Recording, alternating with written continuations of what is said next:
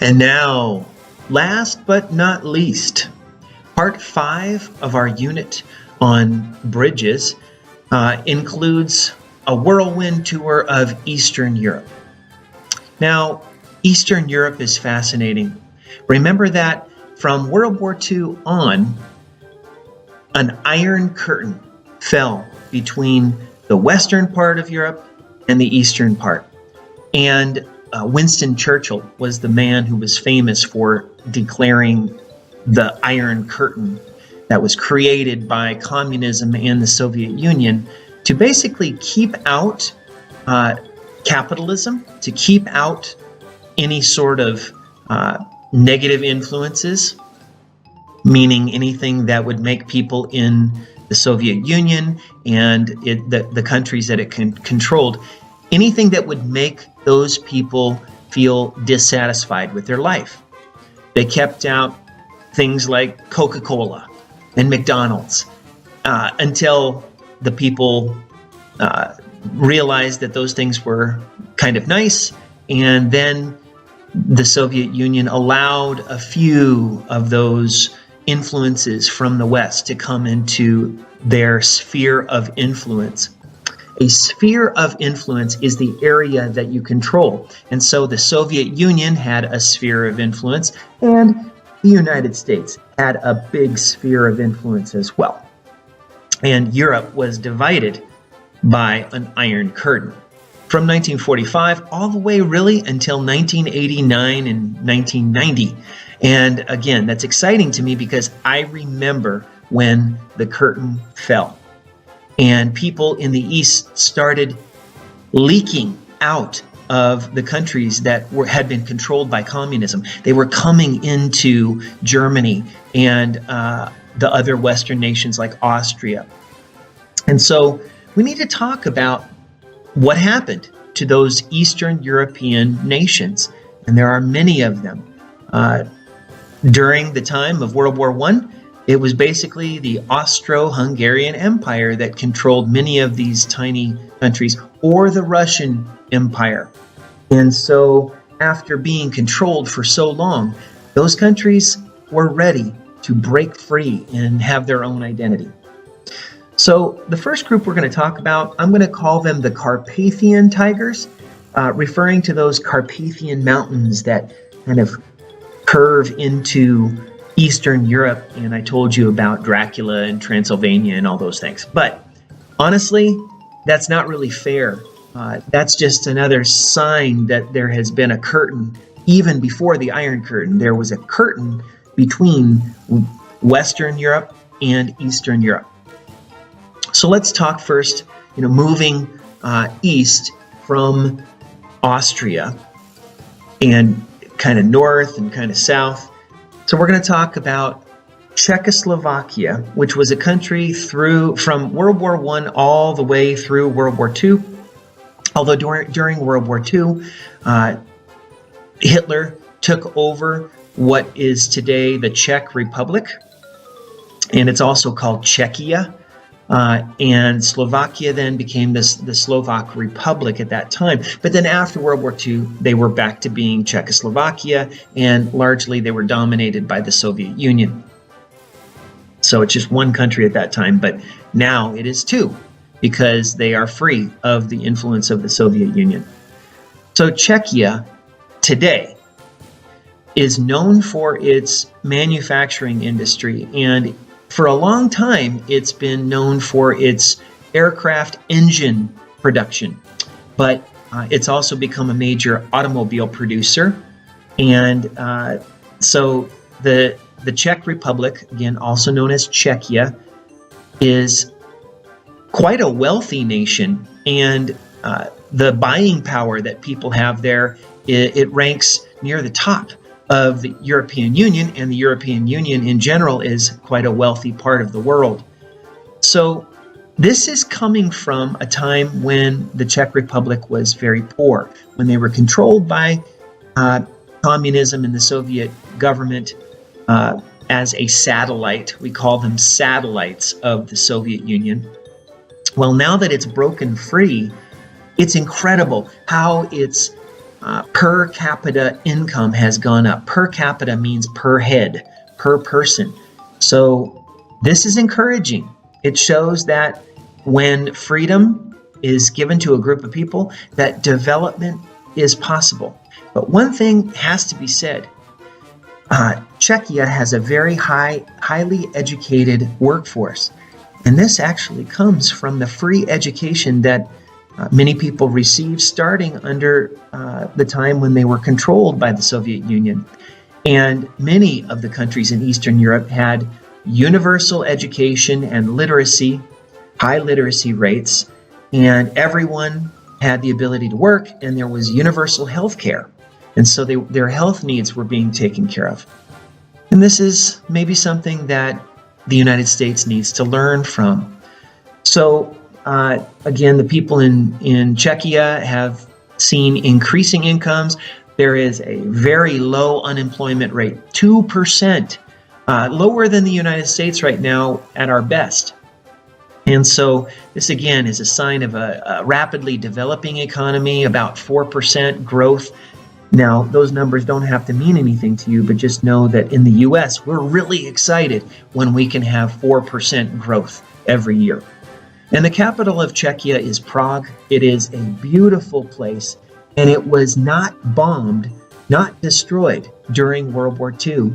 And that is, again, something that adds to the country because it's a massive tourist destination. I went there, and it is probably my favorite city in the world. At the time I went, things were so inexpensive. You could go into a store and buy beautiful crystal glassware and bowls, and they were so cheap.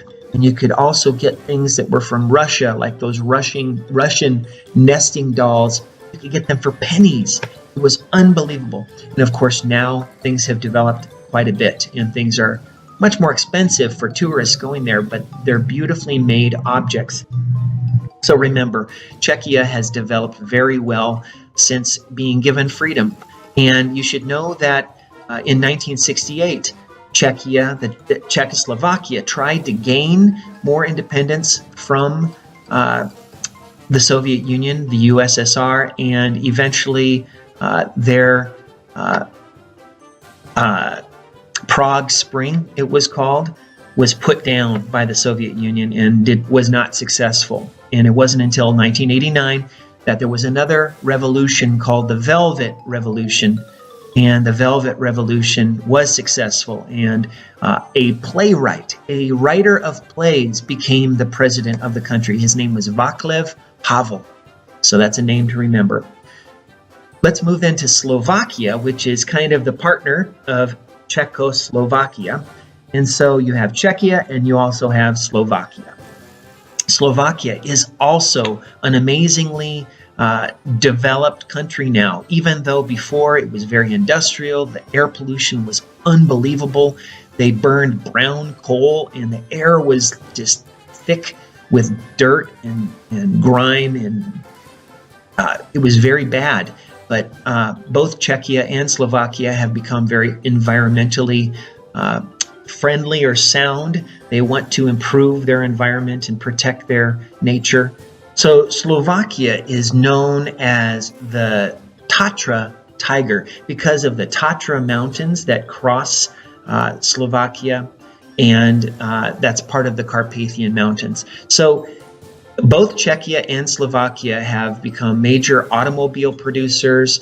They have a very high-performing economy. It's complex. It means they don't just rely on one thing. Their workforce is very well educated. Their life expectancy is rising. So a lot of very good news coming out of Eastern Europe. Then you have Hungary, another tiger economy. When we say tiger economies, we mean economies that are performing miraculously. In Asia, they used to talk about the four tigers of Asia, and that included Singapore and Taiwan and South Korea and Hong Kong.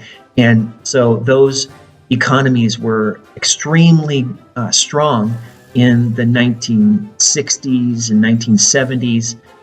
And then various groups have risen at different times. In the early 2000s, it was the Baltic Tigers, the Baltic republics, which we'll talk about in a little bit. So Hungary is another very highly diverse economy, but Hungary is a little bit different from the other two that we've talked about. Czechia and Slovakia, even with their Soviet background, they actually are very successful in promoting human rights. Now, the Soviet Union did not really promote human rights, although they did have universal education and healthcare, which is something that people talk about as a human right. So Hungary is a little bit different. They have a high population of Roma people, and traditionally these people have been known as gypsies, but generally that word isn't used anymore.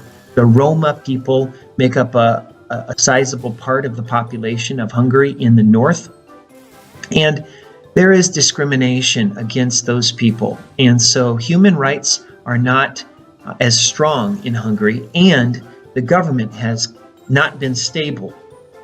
Whereas in Czechia and Slovakia, the government has been stable. In Hungary, it's gone back and forth between a more progressive socialist type economy or a government to a more conservative right-wing government. And now you have a man named Viktor Orban, who is very much a dictator in that country. And he has changed the constitution so that he has more and more power.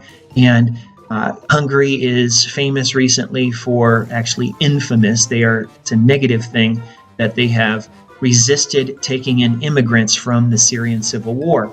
And this is very troubling to the European Union, and the European Union has filed motions against Hungary to try to get them to do what the other parts of the European Union are doing to promote human rights and to take in people who are in need. So those are a group of Carpathian tigers that we need to pay attention to as they continue to develop.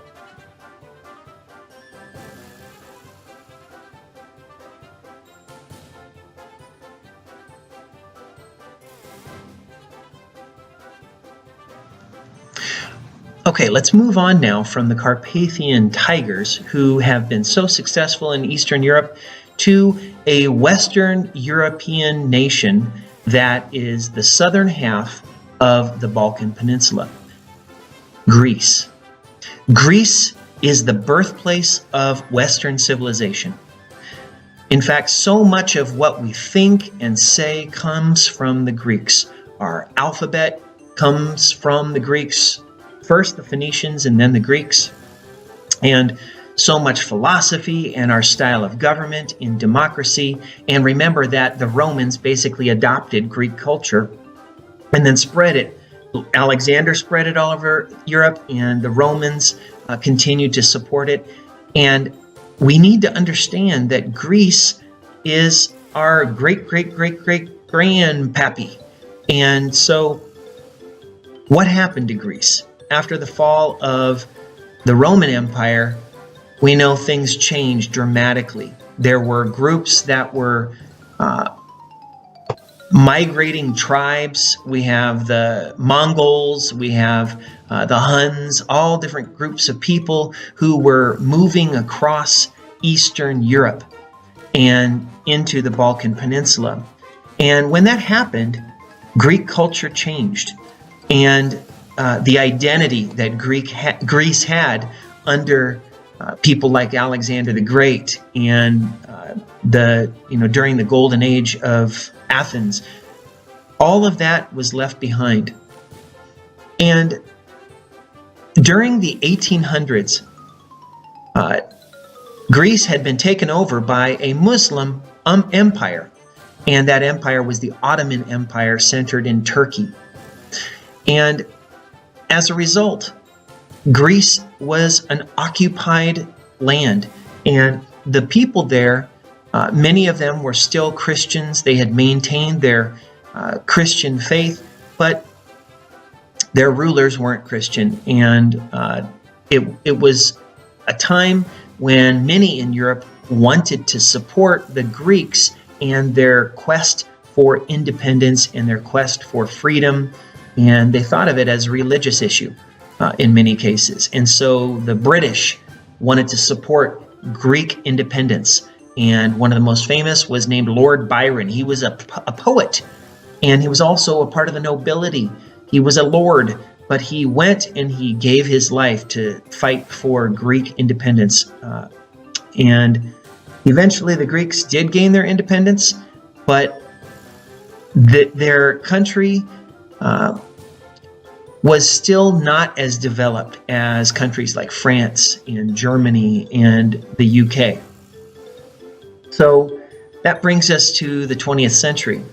After World War II, again, the Ottoman Empire had fallen apart after World War I, and again, Greece is kind of a backwards nation in many ways. They are less developed, and that was at that time. And many Greeks went to Germany to rebuild Germany after the war, and Greece became a part of the European community and the European Union. But their economy has never been as solid as the economy in France or the economy in Germany or in other nations like those in Eastern Europe. And so let's talk a little bit about another very small country just to the north of Greece, and that's Macedonia. Now, Macedonia is the birthplace of Alexander the Great and his father Philip. And they were basically the ones who conquered Greece and then created a Greek empire all over Europe. So Macedonia has a Greek identity, but today it's an independent nation. It was actually part of the nation of Yugoslavia after World War I. And in the past 30 years, Yugoslavia has broken apart because of civil war, because of warring among the many different groups of people that made up Yugoslavia. And one of those parts of Yugoslavia was Macedonia.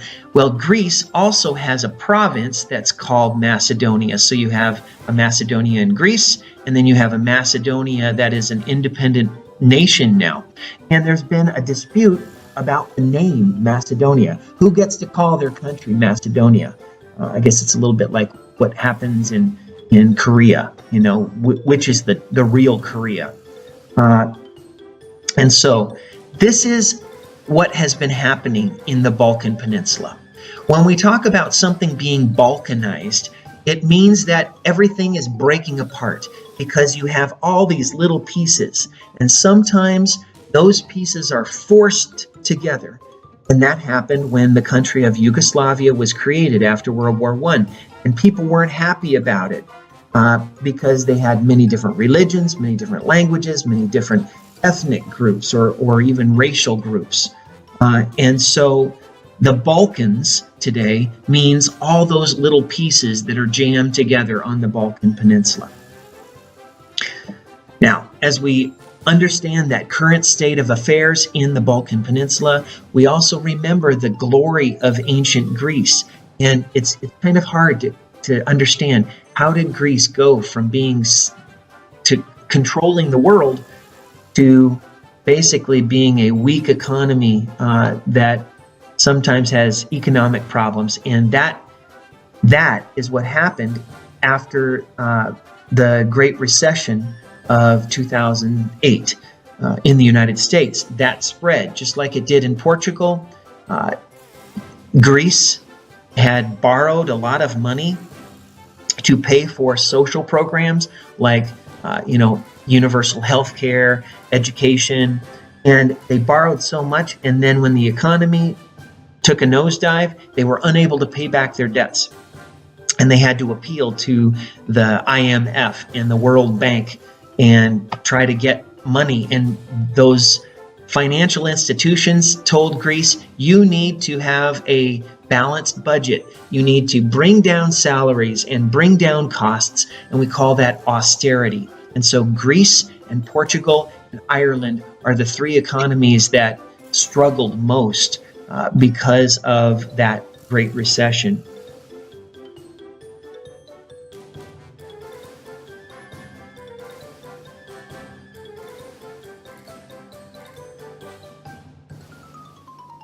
Now let's quickly talk about the rest of the Balkans. One of the main countries we need to discuss is the heart of the former Yugoslavia, and that is Serbia. And the people group there, the Serbs, are Slavic peoples that are very much connected to the Russian people. And as a result, Russia and Serbia have had a close relationship over the years. And the capital of Serbia is Belgrade, also Beograd is how it's said. And so Serbia has been a dominant culture. They are Eastern Orthodox, and you could say Russian Orthodox. There are different Orthodox groups. You have Greek Orthodox, you have Russian Orthodox, and you also have Ukrainian Orthodox. And Orthodox means that they were a part of the Eastern Roman Empire. The Western Roman Empire and the Eastern Roman Empire, they were divided by Emperor Diocletian in about 280 AD. When the Roman Empire was just too big to control, what happened is Emperor Diocletian divided the empire in half, and the eastern half was run by Rome, had Rome as its capital, and the western half had Byzantium as its capital, and that later would become Constantinople under the Emperor Constantine. Well, what you had is, because of that dividing line, the western half of Europe stayed Roman Catholic, centered in Rome, but the eastern half began to have a different kind of Christianity, and that was called Orthodox. And so that's where we get that whole idea of Greek Orthodox and Russian Orthodox. Orthodox means strictly by the rules, by the traditions of the church. And so you see many traditions that Eastern Orthodox churches have that are very different from Western Christianity. So remember, as we talk about the Balkans, there is Greece in the south, and then as you go up, you have all of these different countries that make up the Balkans.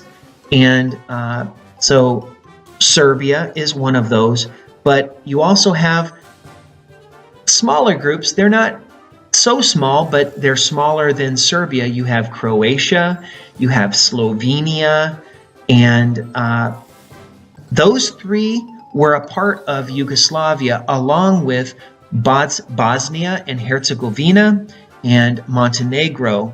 And so you had this federation, this group of small, diverse countries that were smushed together in the country of Yugoslavia. And it only worked because you had a dictator that was making it all stay together. When that dictator was gone, when the government was gone, it was basically a Soviet-type government, a communist government. And when that government was overthrown, the country broke apart in a big war. And that we know as the Bosnian War in the 1990s. Why? Why did they fight each other? Well, Serbia is Orthodox Christian, and Croatia is Roman Catholic. And so right away, you have a different language, more or less, although sometimes people refer to the language as Serbo-Croatian, but they have a different identity.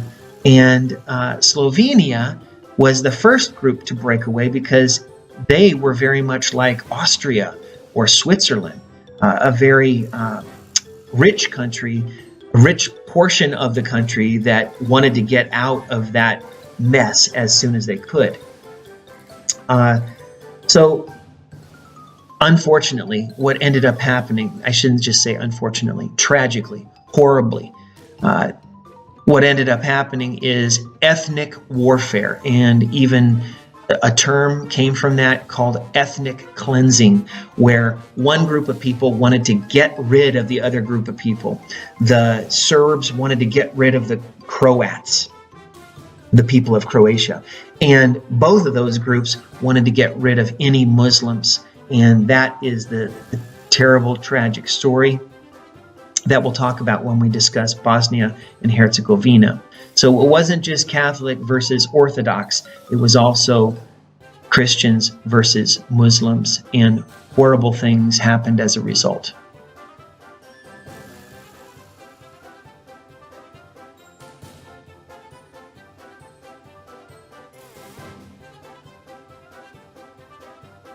Now let's turn our attention to those countries in Europe that are not Christian countries. At least the majority are not Christian. And we have to talk about a country that has two names, Bosnia and Herzegovina. Bosnia and Herzegovina has a central city, Sarajevo. And Sarajevo was a place where it seemed like everyone was getting along. Orthodox and Roman Catholics and also Muslims, and they all lived together side by side. In 1984, the Winter Olympics were actually held in Sarajevo. But in the 1990s, there was a terrible war, and really it was all about getting rid of the Muslims, and it was about who would control the area, a terrible war between the Serbs and the Croats. Serbia and Croatia. And so Bosnia and Herzegovina was essentially the battleground, and it was broken up because there were people in Bosnia and Herzegovina who supported each of the sides, and from town to town, people were getting rid of Muslims, and it was very much like what happened during the Holocaust, singling out an ethnic or religious group and exterminating them. And we know because of the mass graves that were found where people were slaughtered. In addition, you have Albania. Now, Albania is on the coast. It's on the eastern coast of the Balkan Peninsula, and it's mostly Muslim. A relatively poor country, but what's really interesting is that Albania loves America. They're mostly Muslim, but they have a memory that the United States has stuck up for them over the years. In 1919, President Woodrow Wilson of the United States said that Albania should be left alone and not divided up among the Western countries and Russia who had, fought in World War I.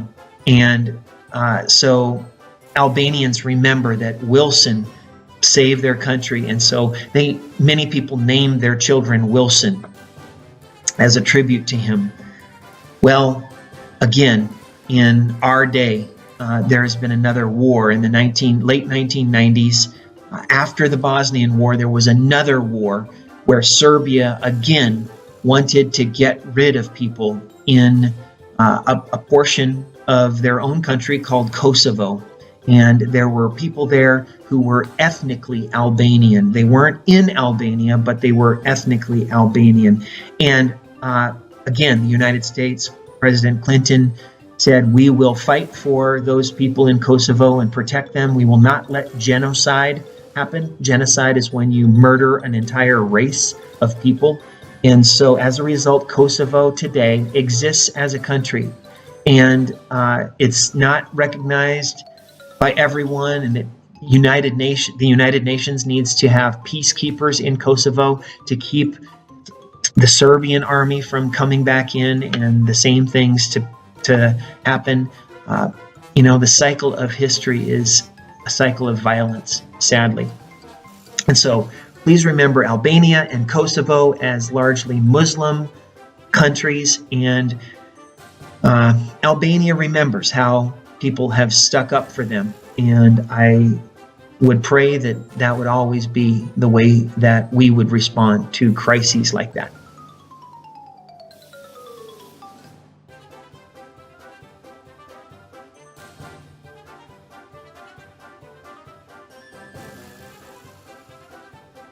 Finally, very briefly, we want to talk about what I'll call the old empires, the leftovers of old empires.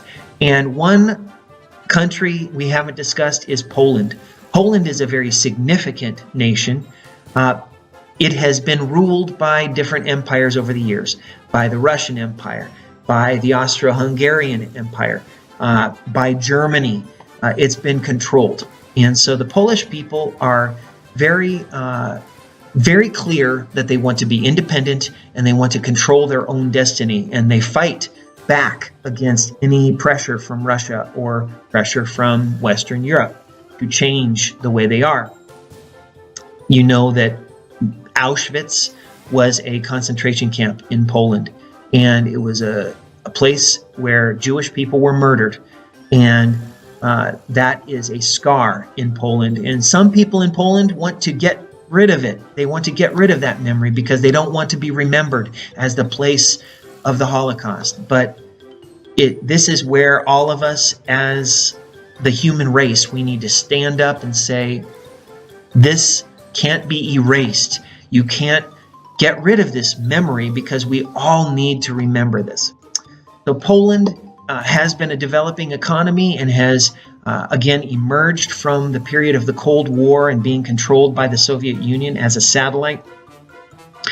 It has struggled at times because, again, it's kind of caught between Russia and Germany, and recently the government that has been controlling the country is it's much more conservative, even right-wing, and they have changed the constitution so that they can outlaw some of the freedoms that came about because of democracy, and that is a danger. And the rest of the European Union is very concerned about what's happening in Poland. Romania, a tiny country, again, the home of Transylvania, but it's also a thriving economy. It's another one of those tigers, and the Carpathian tigers, even though it's not in that segment that I did, it's still a very thriving economy. And unfortunately, they did not have a bloodless revolution in 1989. They actually executed their own leaders, and there was a lot of fighting that happened in Romania. But Romania did become independent and a free nation with a democracy, and they are developing quite well.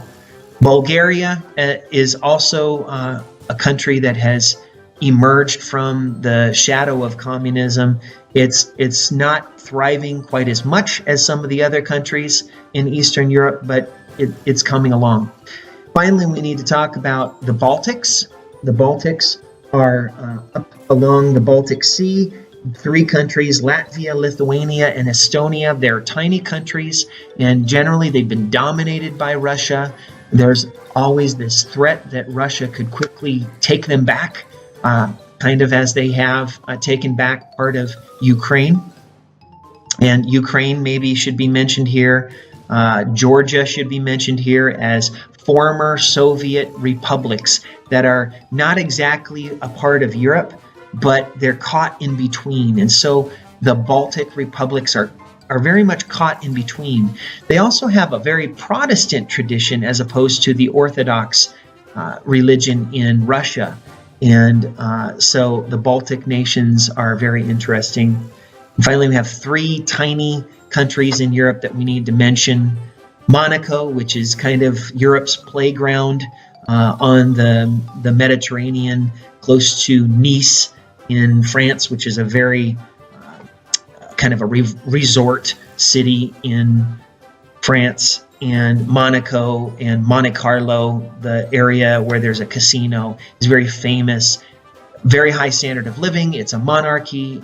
Maybe you know about Princess Grace of Monaco, who was an actress in Hollywood, but then married the Prince Albert of Monaco, Prince Philip of Monaco, and as a result, she was princess there, but she died in a car accident in Monaco. Liechtenstein, high standard of living, right next to Switzerland, and they're just fine being a tiny country in Europe. And then Andorra is also a kind of a resort between France and Spain, a tiny kingdom in the Pyrenees Mountains, and it's a place where Catalan is spoken. Again, that's a language that has led to independence or separatist movements in Spain. And so Andorra shows that you can have your own independence. And maybe Catalonia wants to be like Andorra. So we have done a whirlwind tour through Eastern Europe, and then we've also discussed those 3 tiny countries in Europe. And I hope that this has been helpful just to have a taste of all these different countries. And I guess you just have to go and see them for yourself to know what they're really like and how beautiful they are and how rich their cultures are and how warm and amazing their people are. Thanks for watching.